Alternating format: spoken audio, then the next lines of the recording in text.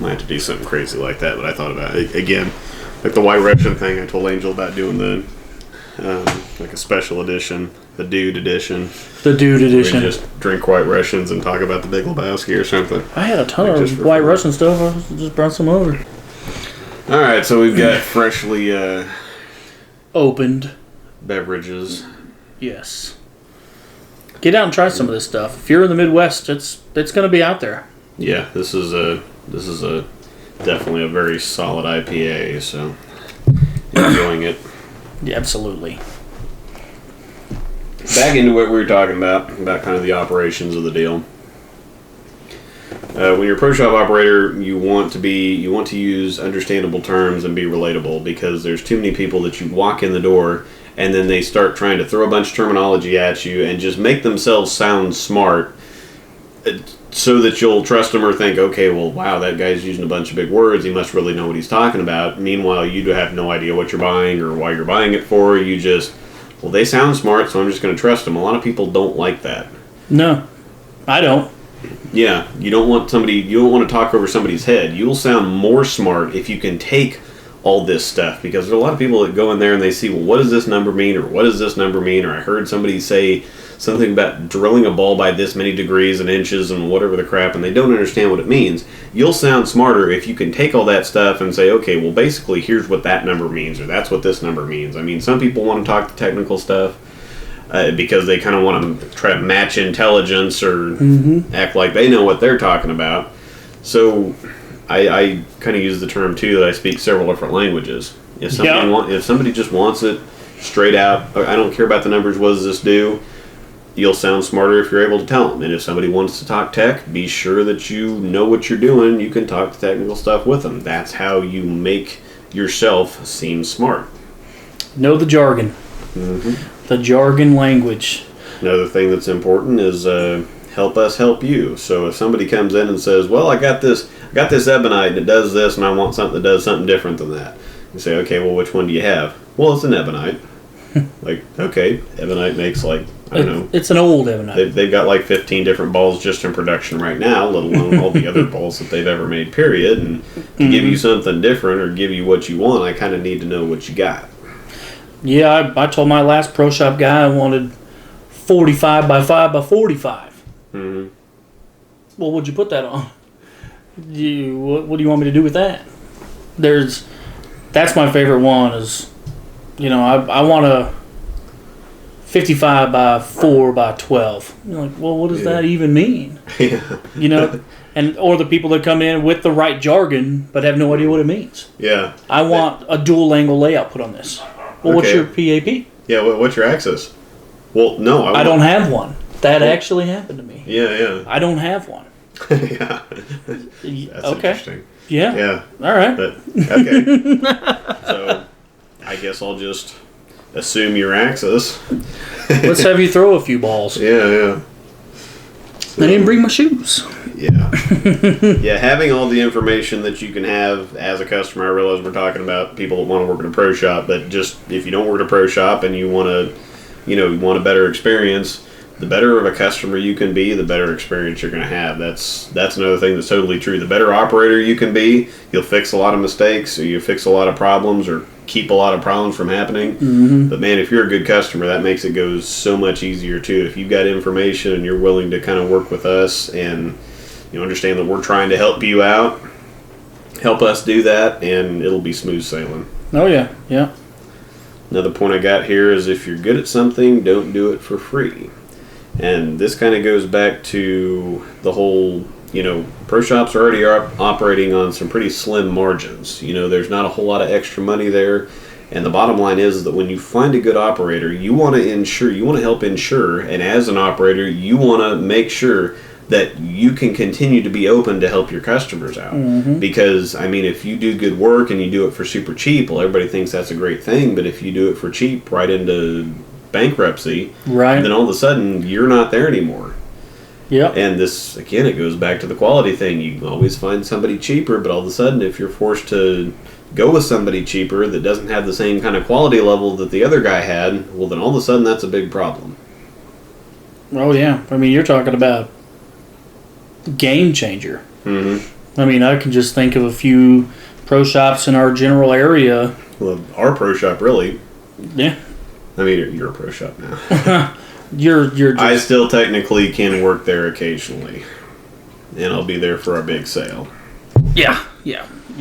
But, I mean, just thinking in our area, if our shop were to close for any reason, I mean, it's at least a half an hour drive, if not an hour drive after that. Yeah. There's another in the zone about 35 minutes from our location. Yeah. But outside of that, After that, it's an hour 15. You're going to the Kansas City area, and that's talking about half a day just to go buy a ball and get it drilled. So, I would say that makes us a fairly successful shop. Yeah. When you have to look at it from that kind of picture, that if we were to close, it would actually change the game. I believe that, and it's not tooting our horn. I believe that people rely on us to a point that that's an actual thing. Mm-hmm. And that goes back to putting the effort into it. We put a ton of effort into it. I don't work. He's the guy that's in there every day of the week, all the time that they're open. I'm just kind of the supplemental. If he needs a day off or gets sick or needs some extra help or something. But I'm not in there all the time, and I'm still talking to people. I'm still talking to customers. Mm-hmm. Oh yeah, so. And they reach out to you on Facebook and messaging. Mm-hmm. There isn't anything better than a pro shop operator having somebody else that's in the realm. I mean that's available. Mm-hmm. So doing that just does more for me in the long run, and it kind of keeps you sharp and keeps you in. Mm-hmm. And the other thing that's kind of a kudos to him is I've got a couple people that were really kind of big fans, or I helped them do stuff, or they really liked the way that I did stuff for them, and when they heard I was leaving, they were kind of in a panic, but I said, don't worry about it, this guy will take care of you, and he's been taking care of them. So again, it's keeping it that level of quality. It's that level of quality, that level of service that you gotta maintain, because it's not easy. Again, like I said, you get used to somebody. It's like changing doctors or changing dentists or something else. It's a very personal thing. And so when you can go to somebody like me to somebody like him, and it's still the same deal, I mean, it's a pretty big compliment for you too. So, well, I will drink to that one. Yeah, I will drink to that. I'll drink to every other line that we got in here too, if you want. Yeah. Gonna continue doing that. But you brought up that last point, and if you're good at something, don't do it for free. That's not all the little stuff. We're gonna bust them holes out and figure holes out and that kind of stuff for free, because literally almost a monkey can do that stuff. Yeah. But I mean, if you really need something and it really requires some effort, you absolutely should charge for it if you know you're going to do it right, and it should absolutely be worth the money. And we're fairly lucky, I think, that you and I both really didn't encounter a lot of $5 for a clean and polish, or we could just throw some polish on there and call it good, or luster king it. That's kind of a compliment too. If people are coming in and they're handing you money because they like what you do so much that they're not worried about how much it costs, that's a pretty big compliment. If you're worth it to them, to where they can just come in and I want this done, and they just flop money on the table, and that's the best way to go. For sure. Got another interesting line on here too. It's about having a conscience, and we've always got to have our best interest in mind. We always got to have the customer's best interest in mind too. And the last person that I am ever gonna, it sounds mean, but the last person I'm ever gonna give a discount is the person that comes in and says, "Well, $220, I just can't afford that." Well, if you can't, it sounds kind of harsh to say, but if you can't afford it, you probably shouldn't be buying it. And at the same time, if you can't afford $220, you can't afford $200, and you can't afford $180. And if I sell it to you for that, then all of a sudden we make no money on it, and you spent money that you didn't have. I can always, we can always get you there if we want to get you there. It's going to come right off the top, but we can get you there if we really want to get you there, and at the same time, that's more or less just kind of taking advantage of somebody. If they come in and say, well, I can't afford this, like I said, if you can't afford the 220, you can't afford 200 either. And if we talk you into it, then you're spending money you don't have. And that's, that's another consideration that we got to have too. That's another way that we kind of look out for you. It's like, you know what, I'm not going to discount that for you because, it's just a looking out for people thing too. I don't want to take your last $200. Yeah. That's not it. I've absolutely tried to talk people out of bowling balls. Mm-hmm. And not because, and not even just, money cases, but, just the overall conscience. Mm-hmm. We opening at noon.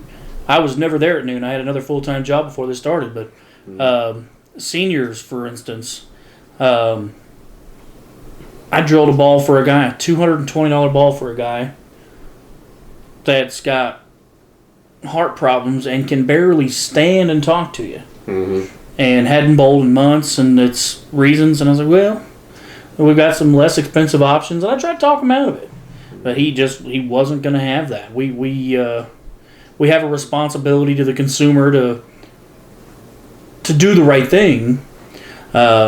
Sometimes what we feel is right isn't correct, but I've absolutely done that for the same reasons, money wise too. Mm-hmm. But it's just the conscience part is you kind of have to get yourself away from the business and be a human being for a minute. But this guy in this example wasn't having that. Didn't care. He knew what he wanted when he walked in, and ultimately, yeah, we made money, and yeah, we stayed open another day. Mm-hmm. But sometimes it doesn't. It just doesn't feel like it should go that way. Yeah. Another big key to it is you always got to pretend that you're the person on the other side of the counter. If somebody walks in and you look at them like a dollar sign, you're doing it wrong. And there's that's really all there is to it.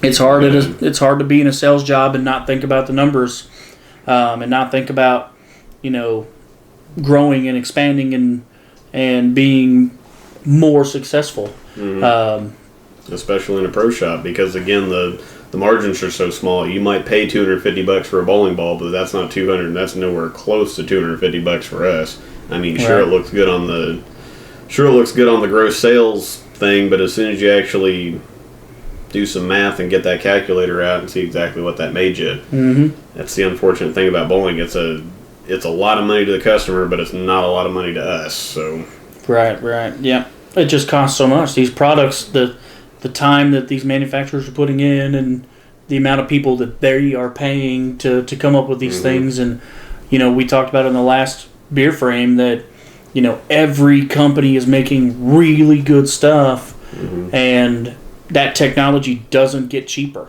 Yeah, it doesn't make less money. They pay a lot of money for that stuff to be good stuff. They've got chemical engineers that design cover stocks. Chemical engineers. It's not like you just got a few people mixing some stuff up and hardening it up and then seeing what happens. No. You got very intelligent professional people that went to college for a very long time to be able to do what they do, and it's not cheap.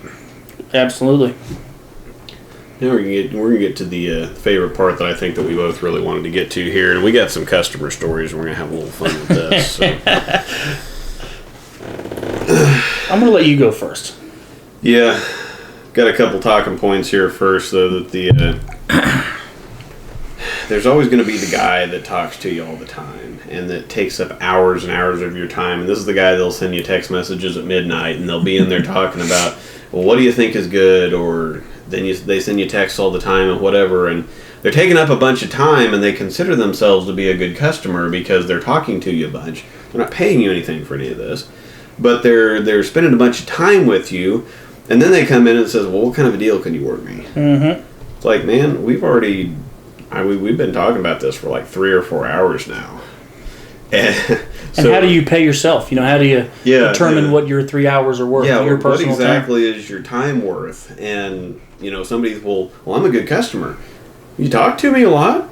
Haven't seen a dollar out of you yet, but... Right. And, you know, we don't want to skewer people, especially because you have those good customers and you have people that are loyal to you and you want to give them a break too. But I always see it as service and quality is a lot better than a couple bucks off, because that's really all it amounts to, is a couple bucks off here and there. But absolutely.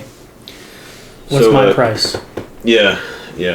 What's my price? Does that come with a chamois or? Yeah. Yeah. Most of the time, if you go in there asking for a discount, you're probably not going to get a discount. If you're just a good customer, and you know, we'll throw you a bone if we think you deserve it or think you've earned it. So. Right. My first story on here, though, is had a guy come in one time, and he drove 2 hours to see me. It was a 2-hour drive one way, and so this guy is making a big commitment to come see me because one of the owners of the center referred. He's a friend of Jerry's, and so Jerry said, "I got a friend coming down to see you." Told him some good things about you, so this guy drives 2 hours down to see me. This guy is about 6'5", 275, and he says, "Well, I want a 12-pound ball." And this is another one of those things. It's not one of those things that you want to give the customer what they want. You don't want to try to talk them into stuff. Yeah, you might want to drop some hints or give them some recommendations here or there. But this guy he knew exactly what he wanted. He's like, "I want a 12-pound ball. I want one that I don't want a plastic ball. I want one that hooks a little bit, but not a whole bunch. So just give me like a starter and entry level." And so we ended up going with a 900 Global Boost, and then out of this bag, he plops me out his favorite house ball. He wants me to copy the measurements on, and so he's got a hooking ball that we're going to drill conventional. And here's this big guy that wants a 12-pound boost. Mr. NFL lineman, would you like a 12-pound ball? Yeah, and he wants me to copy his favorite house ball. And this is some of them times where you get back on the drill press and you're doing something and you're just crying doing it because you know it's so wrong that you can barely handle it. But this is kind of the turning point where I was kind of idealistic to begin with when I got in there. It's like, I'm going to make people better, and I'm going to do things the right way, and I'm going to help try to change the culture. And then sometimes you tell people, well, you don't want this, or well, this, you're fitting somebody up, and well, this doesn't really feel this good. It's like, oh, well, trust me. Once you get out there and once you work with it, if you'd actually put your hand in there right, or you'd hold it right, you'd feel better. And this was one of my kind of turning points. It's like, you know what? I'm going to nail the living crap out of this thing. I'm going to copy this. I mean, right down to the crazy bevel and everything. Yeah. And he was so happy with it that he referred another one of his friends to me. So somebody else drove down 2 hours to see me and 2 hours back, and this guy wasn't quite as big, but he wanted the same thing. He wanted a 12-pound boost, and he brought me his favorite house ball. And going back to the service thing, a few months later, the ball cracked, and this guy just randomly decided to drive down on the day that we were having our blowout sale, the big sale of the day, when it's just packed in there. We have a line out the door, and he didn't show up like kind of in the middle of the afternoon when kind of things slow down and the initial rush wears off. No. He showed up right at 11 o'clock. He's like, well, my ball cracked, and I need something else. And I'm like, oh, no. And he lives 2 hours away. I can't tell him that, well, sorry, we've got all this stuff going on. I remember. Luckily, I think, yeah, you were in there to help me. Yep. So I said, you know what, we're going to get this worked out. We're busy, but... you might have to wait a little bit. This is a unique circumstance, and I told him, yeah, we're pretty busy, so it might take me a little bit longer than just the 15 minutes to put it in there, but he was okay with that, and we got him out the door, and it was busy, and we were kind of slammed, but we got it all worked out. Sometimes that kind of thing has to happen, but... I think I should point out that this blowout sale, you know, you might be imagining a pro shop, and if you're not in this area or with one of the in the zone pro shops in your area, you may not envision it the correct way. This is a legit Black Friday sale. Yeah, we have the weekend of Thanksgiving, and we call it Black Saturday because it's the day after Black Friday, and so everybody's already in kind of the Black Friday mode. But if you walk in, there is a line outside the door. Nobody's camping, but there is a line outside the door, and anytime you want to go to the bathroom or go get a drink before the lights come on, people are poking their head in the door. I mean, it's a legit busy time, and there's a large fella standing in line with a ball that's cracked, and you've got all these customers wanting to buy something. Yeah. You know, there was no choice from a customer's perspective but to handle it that way. Yeah. But that, not saying that it took from the 2-hour drive part, but I remember that, and I remember, why am I out here working and you're out here drilling a ball when we were supposed to be waiting? I remember that. Yeah. Well, my first one kind of goes in with that a little bit. I hadn't been working for In the Zone yet, and he kind of pointed out that, he started out, he was going to do the right thing, and he was going to recommend ideas to people. And I'm sitting in the chair, as I did a lot of days of the week. Matter of fact, it may have even been a Tuesday. We're bowling league. A guy comes in and gets fit, and we have the Jayhawk fitter ball, so we can put it in. It simulates a bowling ball. And I watched this guy, and I watched Luke fit him, and I'm looking at it, and I'm baffled. I can't even understand what's going on between the two people. Even now, he's trying to find the words. It was so bad. And when the guy walked out, because Luke told him it was going to be a couple of minutes, he was going to drill it and be good to go, I went back in the back where Luke's putting it on the press and laying it out. And you're not really going to do that, are you? It was such a terrible fit. And he goes, sometimes you have to let a little piece of yourself die. Yeah. But this is what he wanted. And we verified it with the fitter ball. So yeah, that's what I'm going to do. Yeah. And I watched it, and I watched this guy throw balls. And sitting here in this chair right now from a year and a half ago, whenever this was, my knees hurt, my wrist and elbow and shoulder, they all hurt just thinking about it. Yeah. And he hadn't even thrown a shot in my mind yet, and I'm already in pain. Yeah. So coming back down to, remember, we got to sometimes think about being on the other side of the counter and give them what they want. That was a true example of that scenario. Sometimes you got to do really wrong things as good as you can do them. And he was happy, and maybe next time he comes in and is like, so what do you think about this? Well, I've got this little callus building up here, and what do you think? And that's the opportunity that you have to say, well, it looks like you got yourself stretched out a little bit or whatever like that, and that's kind of how you work yourself in the door, is just make sure that they understand that you got what they want in mind. And maybe they don't know that they want it yet, but most of the time people don't figure out what they want by you telling them what they want. It takes a blister. So story number 2 here is a really interesting one that I had. Guy bought a ball from me probably 3-4 months before this happened. Well, he was out there bowling. He brought the ball into me and said, well, one of my grips fell out here going down the lane. And so he plops it up there, and so I'm looking, and the finger grips are in there, and everything's hunky-dory. I said, okay, well, they're both in there. He's like, well, no, the one came out of the thumb. And so I'm looking at the thumb, and it's beveled, and there's some dirt in there, and it fits him, and I'm thinking, okay, well, there's no glue marks or anything. Like, it's completely obvious there was never a grip in the thumb. And I said, well... Obvious to us. Yeah, and I'm like, well... Doesn't look like there was one in there. Could something else? Could you have maybe hit something in the gutter that made it look like? He's like, no, there was a rubber insert in the thumb, just like there is in the fingers. And so this is the point where I'm thinking, obviously there was nothing in the thumb. This guy's confused. But how do you look at somebody and tell them, well, you're wrong? It's their ball. It's this guy's ball that he's bowled with for 4 solid months now. It's his ball, and he comes in here and tells you there's something wrong, and beyond a shadow of a doubt there's actually nothing wrong. And so I started pretending to look up all kinds of stuff, and I even called the boss and said, man, I don't know if, because, and then it's like, well, did somebody else put something in there? He's like, no, you guys did it. You ought to know what's going on. You ought to have some kind of records back there. It's on my sheet. My sales record said nope. My drill sheet said nope. And that guy was all just manner of upset that I just wouldn't, I don't understand why you won't just give me what I want. And I'm like, you didn't have a thumb hole or you didn't have a finger grip in there. And matter of fact, they don't even make them big enough to put in there, so I couldn't have put anything in there if I'd have wanted to. And that's one of those really interesting situations that you find yourself in more often than you think you will when you're trying to watch that expression on your face.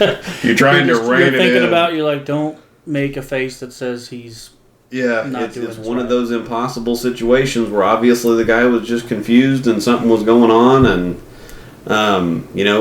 he didn't come to me for years and years and years, but 4 or 5 years down the road, he came back in and bought something else, and everything was water under the bridge. But sometimes weird things like that happen.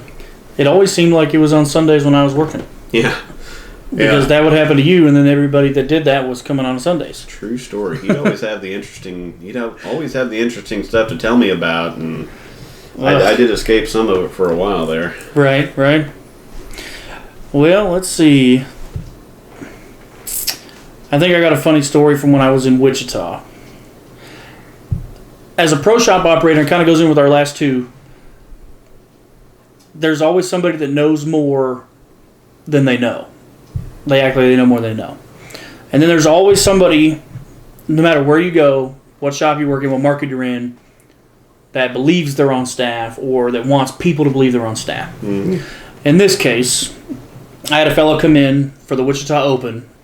This was a PBA event held at our center in Wichita, and came in and told me that he was on staff with Columbia 300 and wanted me to sell him 5 bowling balls for this tournament.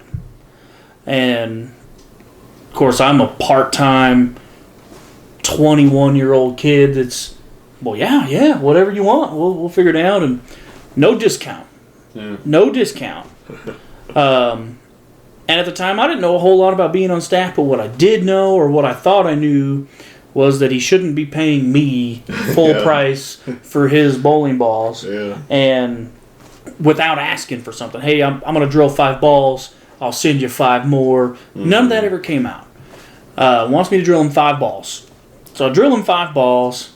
He goes out. He throws some practice shots. It's a Friday. It's the actual practice session for the event. And he comes back in pouring in sweat. And he's been practicing for 2 or 3 hours, however long the session is. And asked me if I had anything in the pro shop that was 10 pounds. I've drilled him 5 15-pound bowling balls. And, on an open play day, that makes perfect sense. But on a PBA event weekend, it does not. And I was like, well, yeah, I've got some white dots. I don't remember exactly what I had, but it ended up being a white dot in 10 pounds. And I could just remember his face that it was like Christmas morning. He was so excited. He goes, all right, let's go ahead and drill that 2. Full price, no discount. And I remember asking him why he wanted the 10-pound ball when I was done. Mm. And he says, for the 310. I'm going to use it for the 310. Mm. And so his practice session must have involved a whole bunch of 310s. I don't know. Yeah. But that was his plan. He was going to come in, throw at the 310 with a 10-pound ball, and he was going to spare everyone. And you could just feel the confidence flowing off of him that was his plan. But it may not seem as funny at this point when you're there, and it's 5 15-pound balls for a Columbia 300 staffer that has no name on his shirt. That's going to bowl the Wichita Open at full price. Yeah. With a 10-pound. With a 10-pound white dot to top it all off. And I don't remember seeing any bags. I don't know how he got them home. He may have taken the boxes. It's been so long now I can't remember, but his name didn't ever come up. He's not on TV now. I'd recognize him for sure. Yeah. It's a Where's Waldo kind of situation there. All right, I've got more of it. This isn't a funny story. This is more of an interesting story. I had a guy come in, and he just wanted to, he didn't do it very often, but he wanted his own ball, and he just wanted a white dot. He wanted to drill conventional, and so we go to fit him. And he's like, well, I've got kind of a weird thing. My fingers are fused. So this guy's fingers were fused all the way up to his cuticles. So he had just one kind of big finger. And I know that you can't really, if you're not a pro shop guy, you don't really get what goes into it. And I thought, oh, okay, well this won't be that bad. I won't be able to, fit him up per se on the fitting ball. But I've got this ring with some measurements on it, and I got whatever else, and we can figure it out. But at each point in the process, I'm getting, how am I going to do this? How am I going to do this with the bridge? Because even though I can't put Yeah, it's figuring out with the bridge. So the fingers had to overlap. They had to overlap a certain amount. I couldn't give him one big oval hole because then he wouldn't really have anything to grip. So I had to give him something in there, but I couldn't make it so sharp that it was going to cut him. And then when I go to get the finger hole size, I'm like, well, I know I can't put it in the fitting ball. I can't put the 2 fingers in the fitting ball. That's not going to work. But then, of course, I realized, well, how am I going to get his finger sizes if I can't get one of these molds on his finger? So I had to eyeball virtually the entire thing. The only thing I could really get right was kind of his thumb hole. I mean, the thumb hole situation worked its way out. But at every single step of the process, from trying to fit him to trying to figure the overlap of the bits out, and then of course you got to figure out the pitches too, because the pitches both have to go straight down. Yep. And so you got to overlap them so far, and the numbers are different because you can't have them going in towards each other because he's got his fingers the same width at the base here as they are at the tips, and so. There was a lot of math that went on and a lot of whatever else, but I took my time and it actually worked out. I kind of impressed myself. You impress a lot of people with that. So, but the question I have at this point with that story and webbed fingers and looking at any bowling ball that has ever been drilled or every bowling ball that's ever been thrown is, do you really want to be in a pro shop now? Because that happens. Yeah. There's always something like that. That's crazy. I remember one of the first stories that I'd heard being in there that impressed so many people. And I think about it, and you can't redo it. You're in the moment the entire time, and it's hard to copy down what you're going to do. Well, and that's the other thing is I couldn't figure out how I was going to put it on the drill sheet. I'm like, if this guy ever comes back to get a ball drilled again, this is going to be intense because I couldn't really. I mean, I wrote down kind of what I did, but at the same time, there's so much. And then once you get that big hole done, like how do you bevel it?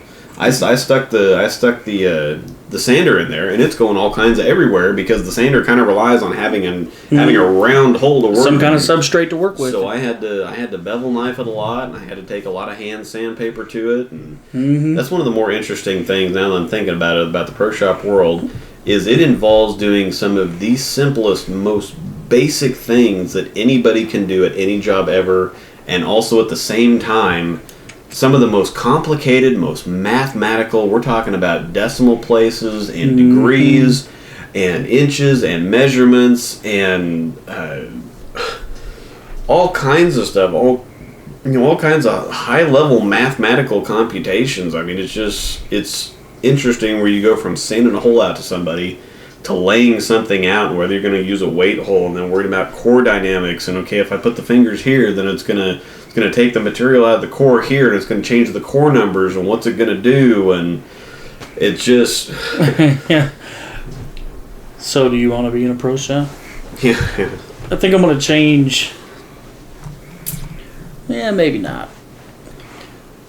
Interesting stories that kind of go like that. I didn't get a whole bunch of. Most of my pro shop time initially was part-time, so I didn't get to see some of those things. I have had to look at some of your drill sheets and try to read your notes. Yeah. And, I mean, I've literally reached out to you to decipher some of them. Some of them have interesting notes.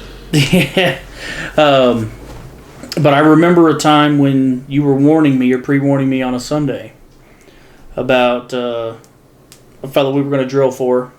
He'd reached out to you. He's going to bring in a couple of his own balls. And, pretty much the ideal customer situation, except for you told me, hey, he uses vacuum grips, he uses vice thumb. He's pretty much the biggest pain in the ass to drill for, but he's the easiest customer to work with. Yeah. And at the time, I don't think I'd even drilled a vice thumb system at that point. I've drilled a turbo one, but not a vice system, and they're a little bit more complicated. And I remember drilling the first ball, and I was like, I don't see why you tried to pre-warn me about how terrible this was. That everything went really, really well. Too good to be true were the words that kept coming to my mind. And I remember taking his ball out there for him to fit it. And he puts his fingers in, and he really likes it. He grabs his thumb out of his other ball, puts it on his thumb, goes to stick it in the ball, and it doesn't go in. And I'm sitting here like, what? And it's a Vice slug. It's clear as day, a Vice system.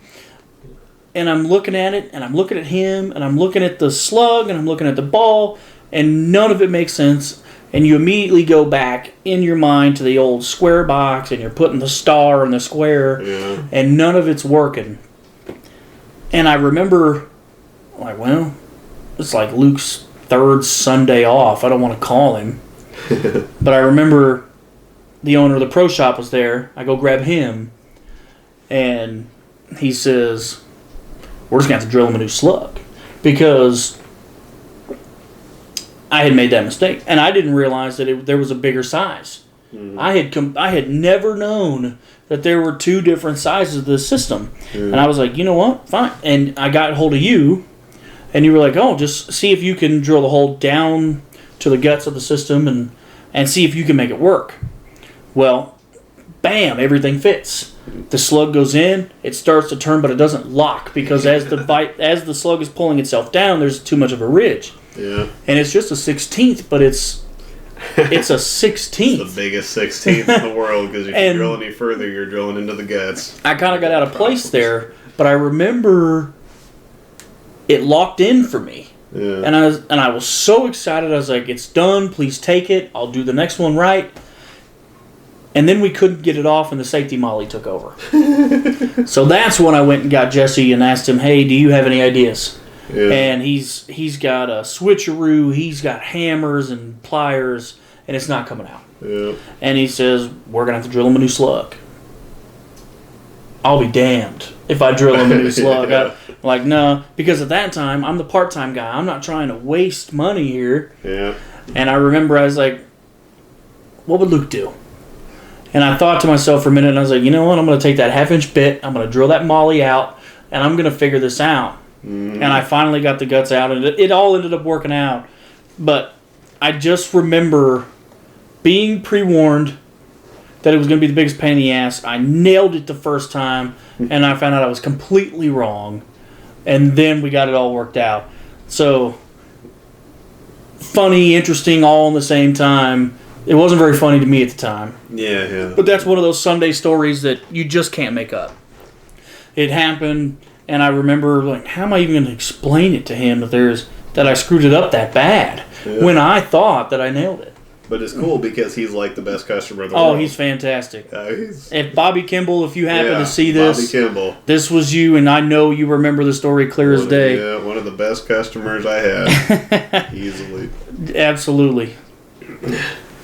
All right, they'll kind of wrap up some of the stories, but one other interesting note I have here is that the word rosin means a lot of different things to a lot of different people, and that's one of the that is one of the most predictable and one of the craziest and most frustrating things is when somebody comes in and asks for rosin, because they could mean actual rosin, they could mean easy slide, they could mean the grip cream, they could mean a rosin bag, they could mean a rosin sack, they could mean all kinds of everything. And when you say, okay, well, you know, what do you want actual rosin, or do you want? And they're looking at you like going like, well, you're the pro shop guy. I said rosin. You don't know what rosin means?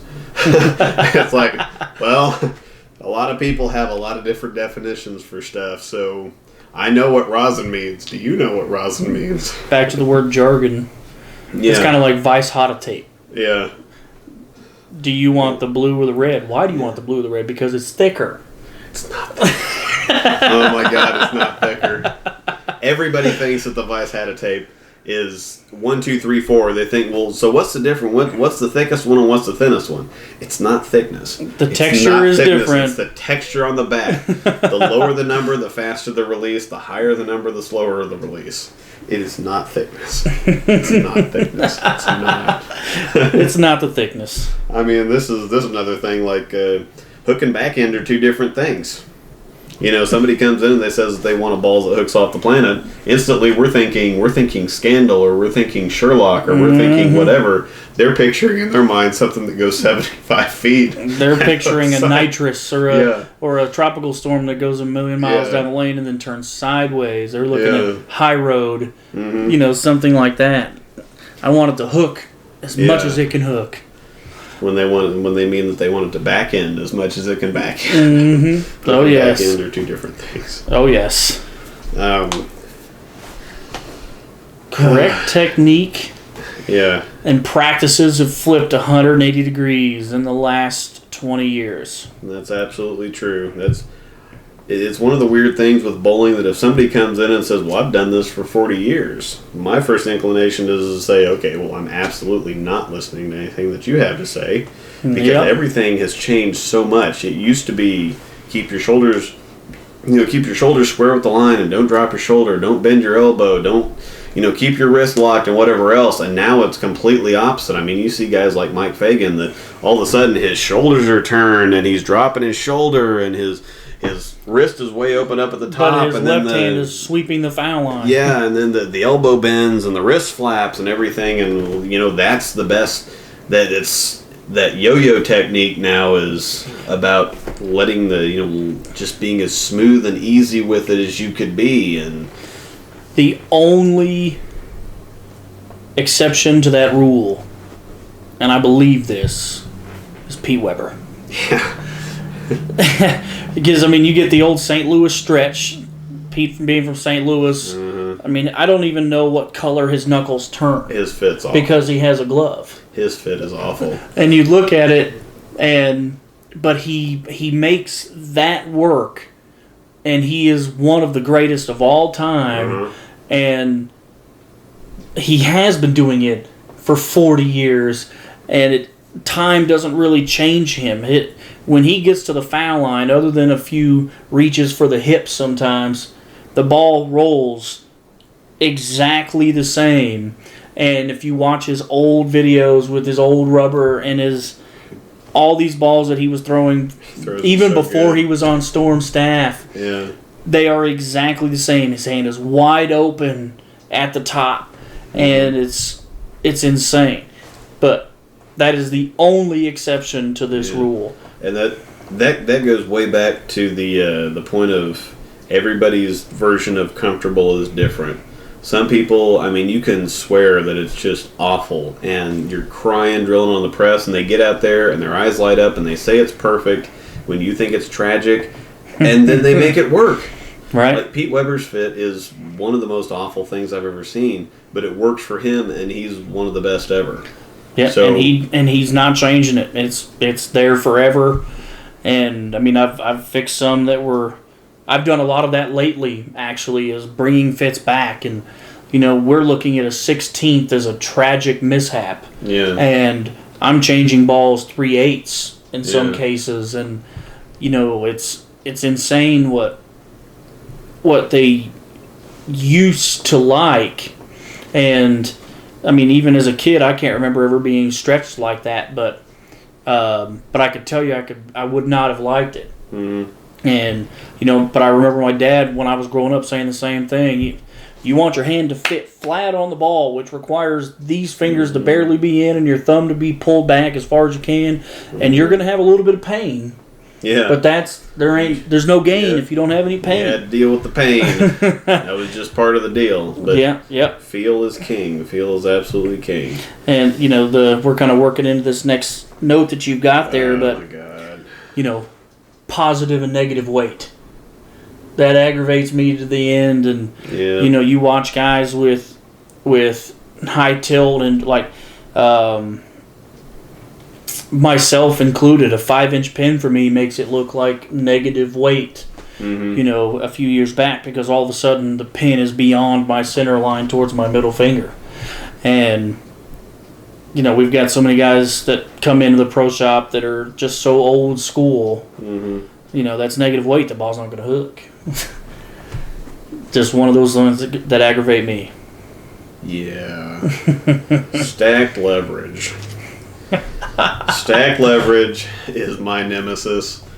Everybody comes. That used to be the big thing, is that if you wanted a ball to really hook, you had to drill it stack leverage with a huge hole. Stack leverage was also it was universal. It didn't matter how you threw it. It didn't matter.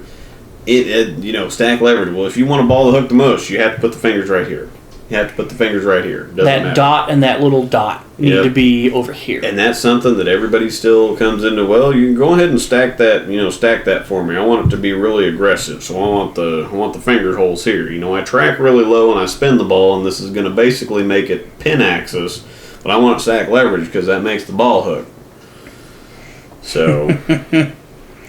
But your PAP is 3 3/8, and that's pin above the bridge. I don't know what you're talking about. See that little dot staring at you that spins all the way down the lane as the ball really does nothing? Right. That's the pin, and that's a bad thing. That's not good. That's not good. So, throwing it differently equates to drilling it differently to offset the difference. Right. I think you want that line. Yeah. Damn you, stack leverage. Damn you, stack leverage. Damn you, I actually have that written right here. Damn you, stack leverage. Right. And working into a couple of the last points here, there's a lot of bad shop operators out there. There's a lot of people that just try to do it as cheap as they can. They try to undercut you. They don't have a clue what they're doing. But most of the time, they're nice people. That's one of the biggest things. A chop shop. That's what I was trying to think of earlier. Is you go to a chop shop, and vast majority of the time, well, it's cheap, and I really like the guy. He doesn't do the greatest job, but I really like the guy. It gets the job done. Mm-hmm. And we end up fixing a lot of stuff like that, and you never really want to throw somebody into the bus, but they can do the addition too if they get something done poorly and they get something done well. Most of the time they end up getting something done well. I even had a guy that came in and said, well, I normally get my balls drilled by this other guy and I bowl with him on his team, but it just doesn't ever fit right. It doesn't ever feel good. So just don't tell him I was in here. And this guy would not use the ball. He would hide it in his locker when he was bowling with this guy because he didn't want to offend him. And this guy's a really nice guy. I mean, right. He really is a nice guy. He's not very good at what he does, but he's a really nice guy. But he's a guy that'll tell you he's been doing it for 40 years. Yeah, that goes right back to it's like, that's nice, man. That might have been okay 40 years ago, but it's not okay. Similar story that I know you're a part of, and you've dealt with some of this guy's mistakes, but I had a guy, operator's nephew, come in, and you looked at his ball initially, and then I took a second look at it, and he had almost drilled the side of the bowling ball out with a thumb hole because of the amount of left pitch he put in a thumb. But this is the nephew. Yeah. This is family and blood, and said, look, I know I'm not supposed to take my ball to him anymore. But I've seen that actually happen, and I would have never believed it unless I've physically seen it, but it's true, and you can absolutely put enough left pitch in a thumb to drill the wrong side of the ball out. Yeah, he almost blew through the side of the ball because there was so much pitch in the ball. Another point to that I'm going to add is I remember Mike Flanagan on an inside bowling event, and he does one of the best impressions, by the way, of Mitch Beasley. And Mitch Beasley comes on and basically says, hey, if you go to the pro shop and they don't offer to watch you throw a ball, or they don't offer to find your positive axis point, don't talk to them. Mm-hmm. And there are some cases where that just doesn't work. I just want a T-zone or a plastic ball so I can say I have my own ball and we make it fit. That works. Mm-hmm. But I would say if you walk in and it says, please ask the counter for assistance, but all the lights are off, you should probably not go walk into that pro shop. Mm-hmm. Not if you want legitimate help. If you want a T-zone just to fit your hand and say you have your own ball, perfectly acceptable. But if you look at the counter and there's a 16-year-old kid that can barely ring up a credit card transaction, probably don't want him drilling a ball. Yeah. I think kind of we're winding this thing down, and the last and the biggest point I've got here is that working in a pro shop is the most frustrating but the most rewarding thing that I've ever done, period. You'll have days when you're just tearing your hair out and you can't hardly stand to look at somebody, and then somebody after that will come in right behind them and, make you feel like, yes, this is why I do this. I would like my very first bowling ball, please. Mm-hmm. Those ones will get you going. Yeah. And, I can wholeheartedly agree with that. I made some pretty crazy life choices to make this fit into my world because I wanted it to fit in my world, and I wanted to, I'm not going to be a doctor. I don't want to be a doctor, but I can help people this way, and I can grow our sport, and I can do these things. But I've had the days, a lot of them were your Sundays. I'm going to call them your Sundays. Yeah, my Sundays. Where all I could do is hope that there was a beer and you had a few minutes to hear what I had to say. Yeah. That drove me absolutely insane. But then, like you said, there's that one person. There's always one person. It's like hitting a birdie on 17. Yeah. You just shot 120, but somehow you made the putt of your life, and you're going to keep playing golf. There's always that one thing that keeps you in there, and that's what did it for me. Hey, matter of fact, I've got a really good current scenario. The two customers were in the shop today, and I'm redoing all of their bowling balls. They don't bowl in my center at all, so they come get a ball drilled, go to another center, go bowl there, come back if it needs sanded out. That's how they work. And but they walked in and they said that guy just didn't seem like he wanted to help me today, and you got it done so fast. So, and it's brought him over. It was his first bowling ball and then her first bowling ball, and now they're bowling leagues. And so we've done what we can do to absolutely grow the sport, even if it is 2 people at a time. Yep. At its heart, pro shop work is customer service, and so I know that everybody that works in customer service can understand where we're coming from. But the best pro shop person is a customer service person. We can teach you can teach them everything else there is. There's nothing too complicated or too beyond your. I mean, despite what we say about all the mathematics, and there's some higher level stuff that goes into it. But bottom line is, you got to find somebody that just is great at customer service. You can teach them everything else. But smiles when the door opens. Yep. That's some of the easiest things. Some customer service 101, but customer service doesn't ever have to get past 101. You just kind of do it, and it can't be taught. You cannot teach it to somebody. You can help change words or, even actions, but you absolutely cannot teach kindness to people. Just can't do it. That and dusting and keeping the windows clean. Yeah, they're okay. Hashtag petting zoo. And I'm going to send a shout out to Keish Nobel because I did have to clean that window after you put your head on it today. And Troy saw it. Yeah. Hashtag petting zoo. The petting zoo. Well, anyway, I think that's going to do it for this edition of Beer Frame. Thanks, everybody. We'll see you next time with a different beer. Different beer. Send us a request. What you guys like to hear more about beer? What you guys would like as far as topics? What we could talk about? We'll come up with plenty on our own. But if there's something you want to hear, let us know. We'd be glad to talk about it. Yeah, send us some recommendations. We'd love to have. I mean, we like to feature a bunch of different stuff on here. So if you have something that you really like and you think that we'd really enjoy, I mean, we generally just like beer. So Sure. If you've got something cool, maybe we haven't heard of it, maybe we haven't tried it, but we'll definitely feature it on an episode. Or if you have something you want us to do on here, then we'll definitely tackle that. Awesome. Yeah. All right. Yep. I forgot my. I was gonna have some sunscreen here. The screen a little too bright for you? Yeah. This is the only guy I know that gets sunburn off a laptop screen. Yeah, and I think you might even be able to kind of see it in my face here. I'll have to try to. It blends in with his little beard. Yeah. All right. Well, this is Luke and Anthony. End of Beer Frame. See you next time. Have a good one. I think that was longer. It's gonna be like an hour and 20-minute episode.